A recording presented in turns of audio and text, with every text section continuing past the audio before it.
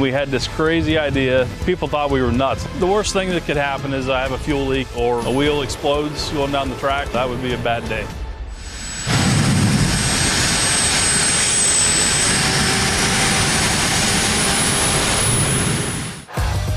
They're having a big rockin' racing event here, so we showed up and kind of crashed their party, and seems to be a hit so far. The vehicle being shown today at the Rock and Race event is definitely one of a kind. My name is Chad Clark. Oh. Yeah, dang. I'm Mike Monter.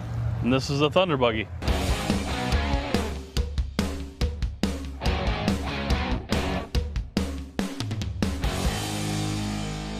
When people see the Thunder Buggy, they just can't believe their eyes, and the first question is, does it really move? And yes, it does.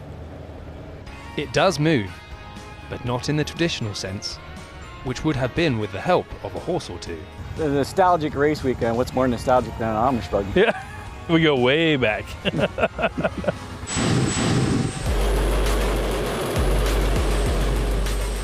Helping this buggy up the racetrack is not a regular engine either.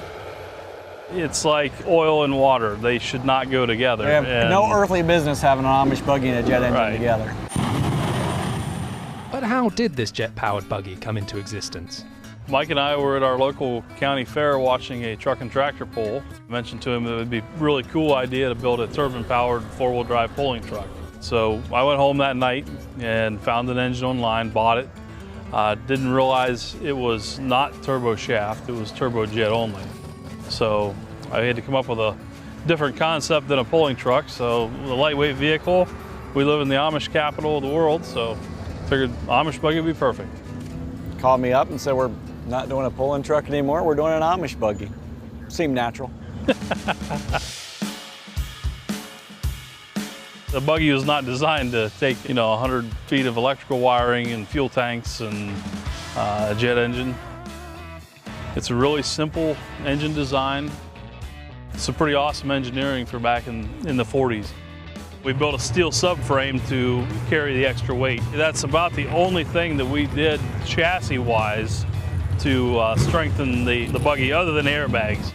We got a mix of aircraft gauges and car gauges. This red handle's for emergency fuel shutoff in the event of an accident. With a jet engine, this buggy must have some serious speed in it. Top speed so far has been 55 to 60 miles an hour. Or maybe not. This particular setup, that's probably max because, we kept the buggy as original as possible. There's no safety cage. There's, I've got a driver's seat belts, but it's still a wood vehicle. Today, the team have brought the Thunder Buggy to Rock and Race.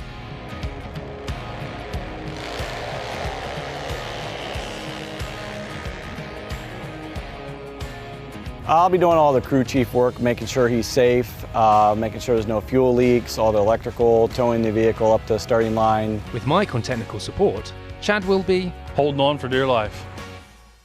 And that's not surprising, as there's not a lot of protection for the driver of this vehicle. The worst thing that could happen is I have a fuel leak and the engine runs away, or a wheel explodes going down the track. Yeah, that would be a bad day. Buggy wheels aren't speed rated. Not yet. Not yet. It's time for this Amish automobile to show the audience what it can do.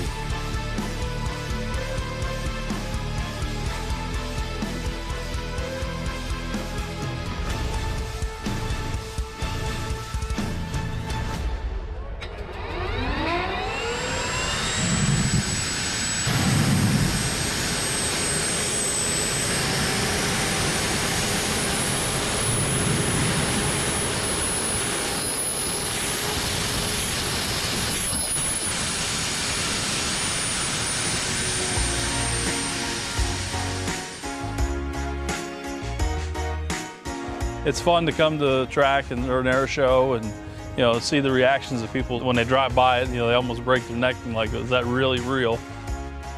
We've had mechanical engineers and people come up and it's kind of nice when you're sitting in your garage thinking about building things, and you actually have an engineer come up and go, okay, you did that all right. Yeah. You weren't complete idiots. Right. We made it. People thought we were nuts, and I think that was might have been part of the motivation behind of it to get this thing done. Yeah, hold my beer moment. Watch this. It's something that's unconventional. You don't see it every day, and people seem to love it.